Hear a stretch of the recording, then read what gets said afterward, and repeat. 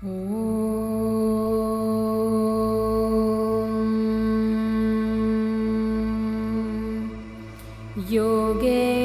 चित्तस्य पदेन वाचां मलं शरीरस्य च वैद्यकेन योपाकरोतं प्रवरं मुनीनां पतञ्जलिं प्राञ्जलिरानतोऽस्मि।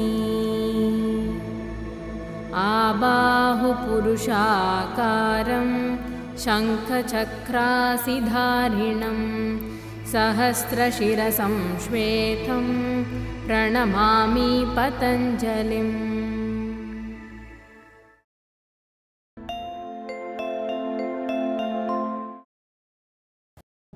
Hope you've been finding the episode so far both informative and useful.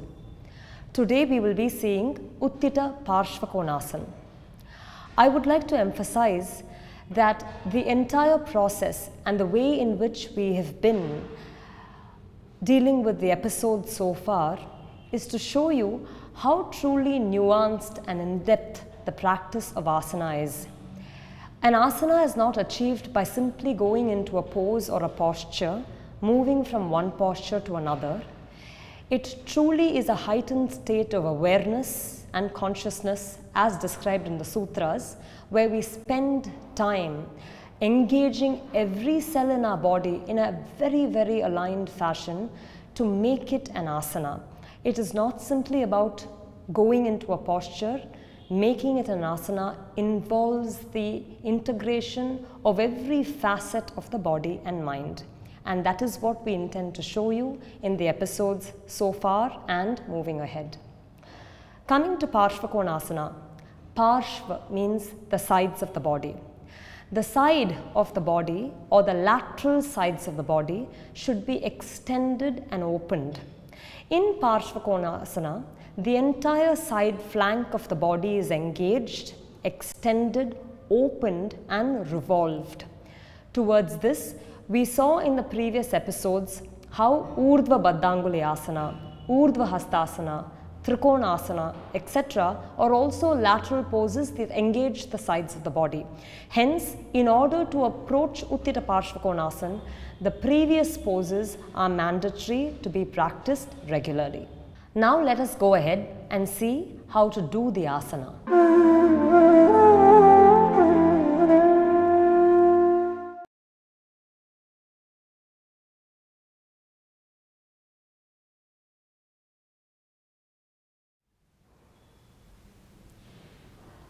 Uttita Parsvakonasana. We will now see the parts of the body that we need to keep in mind for Parsvakonasana.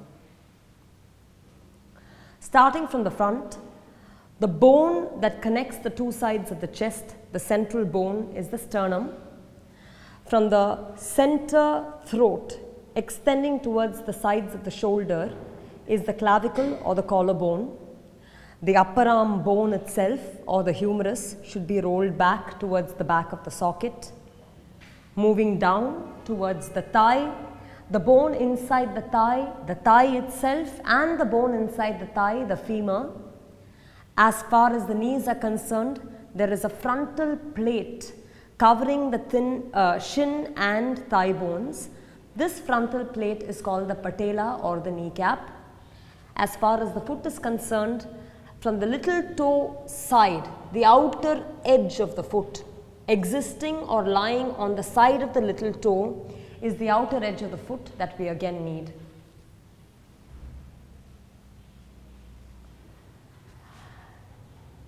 The arch of the foot is always going to be lifted such that the outer edge of the foot remains pressed. Moving to the side of the body, this is the area of the armpit, this is the inner side, this is the outer side. This outer armpit, the floating rib on the side, the place where the thigh bone inserts itself into the socket, the outer hip, the outer knee and the outer ankle. This is the protrusive outer ankle bone all the way from the outer ankle to the outer heel. This constitutes the side lateral surface of the body. At the back, across the shoulder to the last floating rib, this entire canvas is the back ribs. The back ribs always engages forward in such a way that the front ribs can be lifted up. This is the surface of the back ribs. Moving down to the hip area, between the two buttocks, you have the flat bone of the sacrum, and then it ends in a pointed tailbone. These are the parts of the body that we need to keep in mind.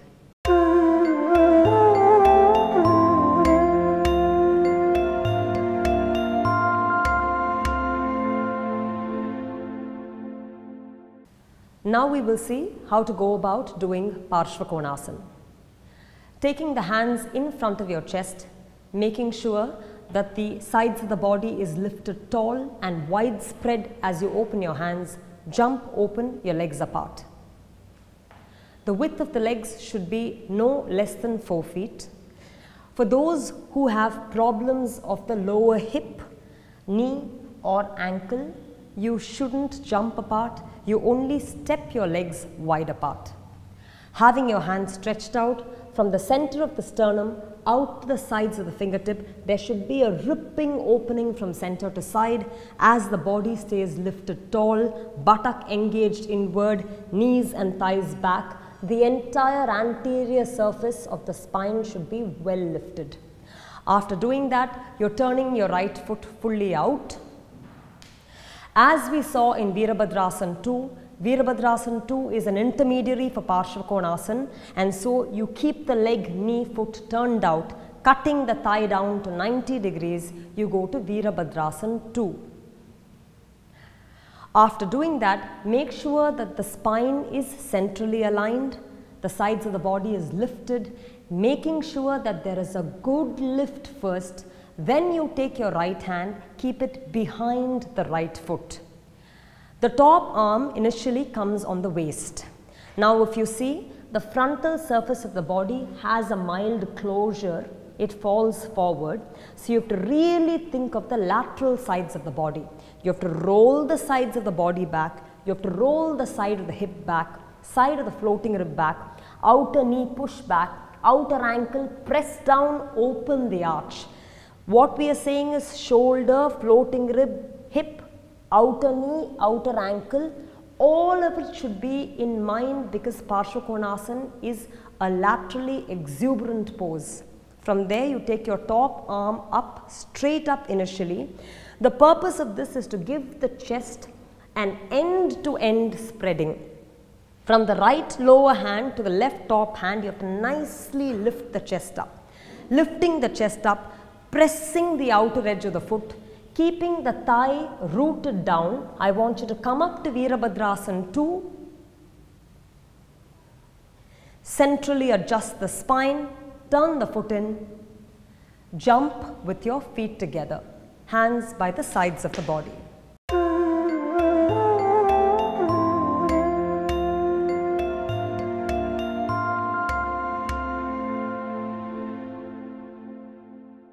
Now we will see how to complete the pose Utita Parsvakonasana.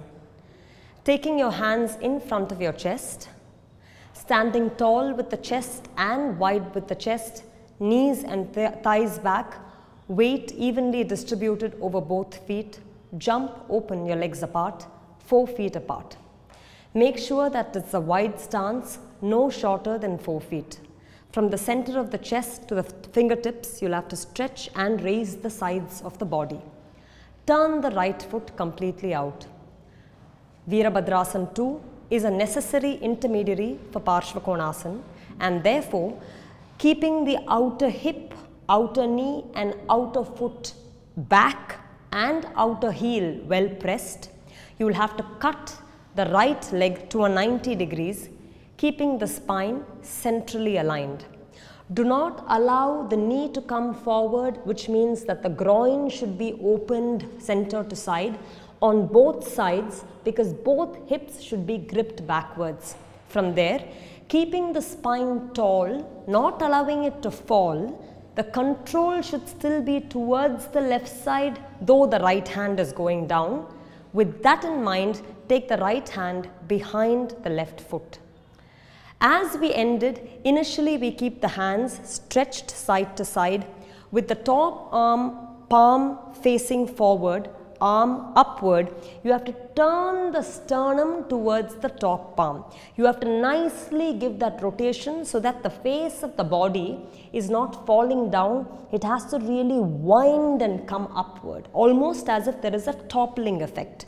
There, the outer armpit, outer floating rib, outer hip, outer knee and outer ankle must be aligned in one sharp line as much as possible. Now, I would still require this hip to roll out. After rolling the hip out, maintaining like an arrow shooting upward, from the outer heel to outer armpit, you have to stretch the palm over your ear, over your head. Then the practitioner has to anteriorly extend the throat and turn the head to look up at the fingertips. Thus, the cervical neck also should not fall. It should engage in the pose in such a way described. Pressing the back leg, you will have to come back up to Virabhadrasana 2 without diluting the lowering of the root of the thigh. Center your spine and then stand up. Turn your feet in, jump with your feet together in Tadasana.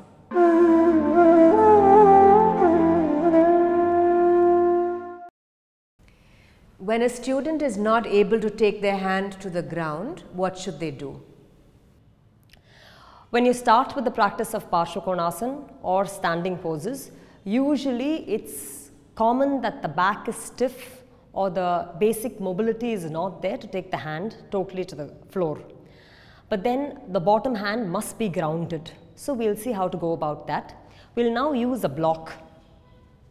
So I want you to go to Parsvakonasana, turning your foot out, cutting the thigh down, Virabhadrasana 2, weight there. I'm going to keep this block exactly behind the foot where your hand ideally would have been placed. So then you're extending your hands to the side. Take your hand down, grab the block. Now, keep the top hand over the waist for now. Now when you see your hand is right now, though you're not able to go down, because you have the rooting of the ground hand, down hand, from which you're able to stretch your chest up, from which you're able to take the top hand up, this horizontal stretch end to end is accomplished also because you have a slight distancing between the thigh. Ideally, the back ribs of the right side should be in line with the inner end of the right thigh, okay? But initially when you start with this distance, there is space for you to rotate up. To that extent, there is freedom. So when you initially you can start with your hand on this block, or I may even raise it one level, keep it on a higher platform so that even with this greater freedom, you can try to achieve the rotation. This rotation is important to create freedom for movement. Clear? Then you take your hands up, nicely extend the spine, especially anteriorly, then pressing the back leg, you come up. This way, for students who are not, turn your foot in. This way, as I was saying, for students who are not able to take their hands down, can still accrue the benefits of the pose or even a practice because you're able to plant the hand down. So we use a block.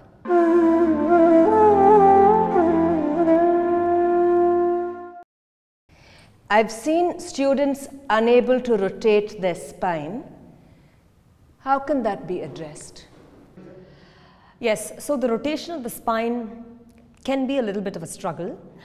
See, it's important for two reasons. One is that rotation is important to get that lateral extension, which Parsvakonasana so much emphasizes.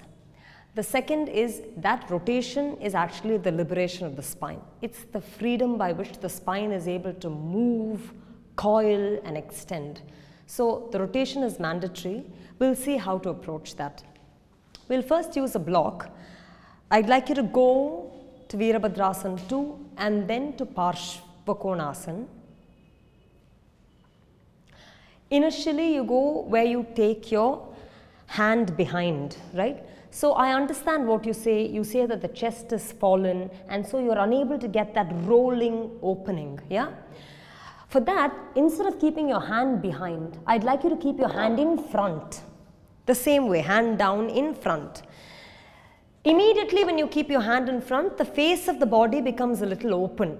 But still, I'd like you to use a block so that you get some spacing to heighten that rotation. Of course, the previous method where you keep the hand in front of the foot and try is good. But for students who are unable to take their hand down, then you use a brick, create some spacing.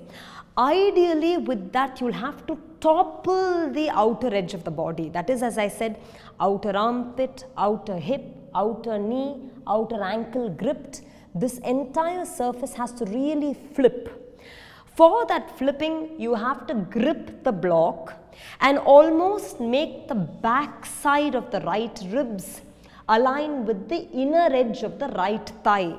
Using gripping the block, you have to create that communication upon which you roll the outer edge of the body.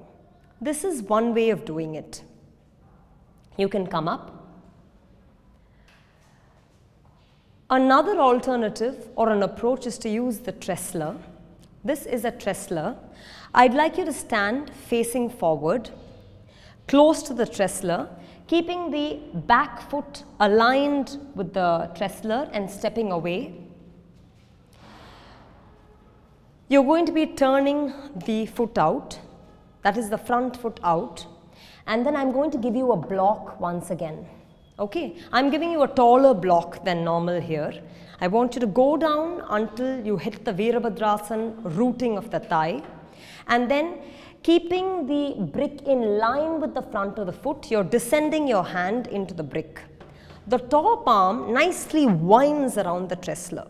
So as you wind it, this winding action must be able to really profusely roll the chest out. And using the bottom bar, you have to make sure that this outer hip really rolls to that bottom bar, tucking the front leg buttock forward. Front leg buttock goes forward, the entire outer edge of the body should flip in line with this lateral surface. From there, you press the back leg up and come up. You see that the face of the body is open. That's the way we address the rotation. There are several ways to do it, so many prop arrangements. We are just showing two simple approaches.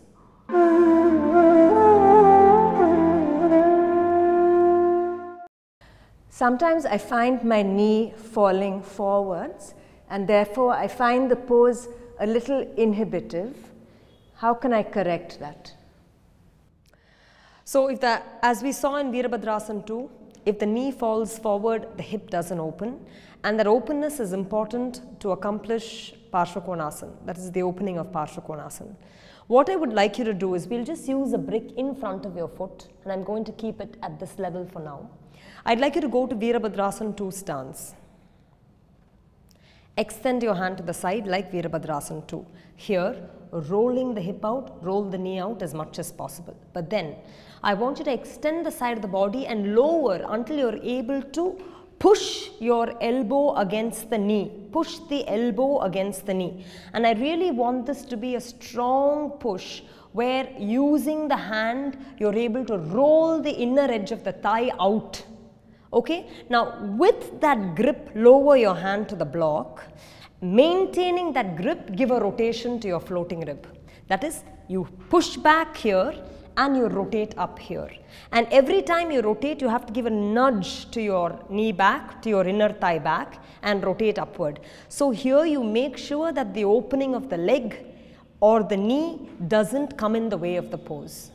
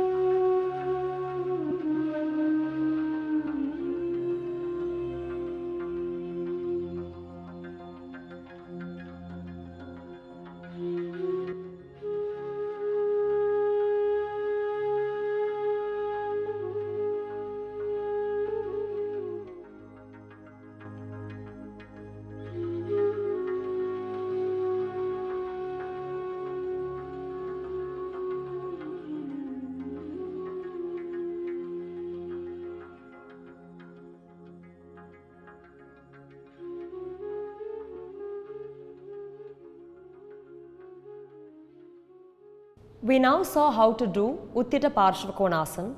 We also answered some questions which address the position of the knee, spine, etc. as a means of increasing the alignment and refinement in an asana.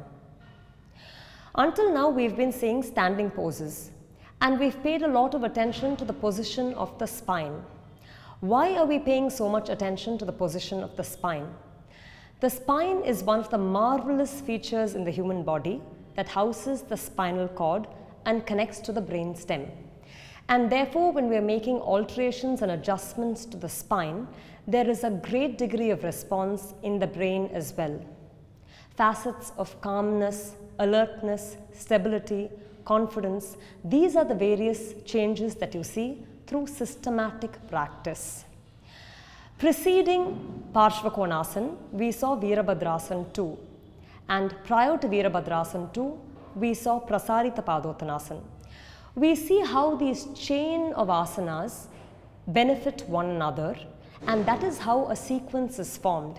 Every preceding asana helps the forthcoming asana, and therefore constantly linking asanas one after the other in a way by which the yoga practice itself can be refined is the methodology we practice in Iyengar Yoga.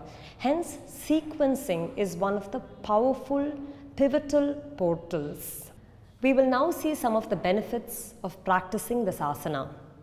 As we always constantly reinforce, an asana when correctly practiced is not only benefits, it's a holistic experience.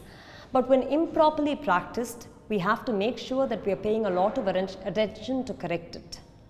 Now, as far as Uttita Parsvakonasana is concerned, it exercises the entire length of the spine, starting from the tailbone, moving to the lumbar, moving to the dorsal, the cervical. All parts of the vertebrae are integrated. The appendicular skeleton, such as the wrists, the elbows, the shoulder, the knee, the ankle, those parts of the joint which belong to the peripheral body, they are all stabilized, strengthened. When we go deep down in Virabhadrasana 2 position, that precedes Parsvakonasana, we give a lot of emphasis to opening the hip, opening the groin, and therefore that sense of opening constantly revitalizes and mobilizes the pelvis. Moving up to the diaphragm, and when we give a rotation to the spine. The rotational faction is not something that we do commonly in everyday life. It is something that we purposefully integrate to an asana, because a rotation can take away many kinks, many problems of the spine, and that is very wholly addressed in Parsvakonasana. Similarly, when we go up towards the cervical vertebrae and we look at the palm, we fully give a rotation to the cervical vertebrae, extending the anterior throat, again actions which are truly beneficial for the cervical spine. The entire organic body, every part, namely the lungs, the heart, the respiratory, the digestive system, all areas are plentifully benefited. Zooming in, when we look at the area of the lower trunk on the side which we are bending, we have the ascending and the descending colon depending on which side we are doing Parsvakonasana. That is engaged fully in Parsvakonasana, giving a chance to evacuate the bowels for people who have problems with constipation also. As you see, an asana when practiced correctly is truly holistic.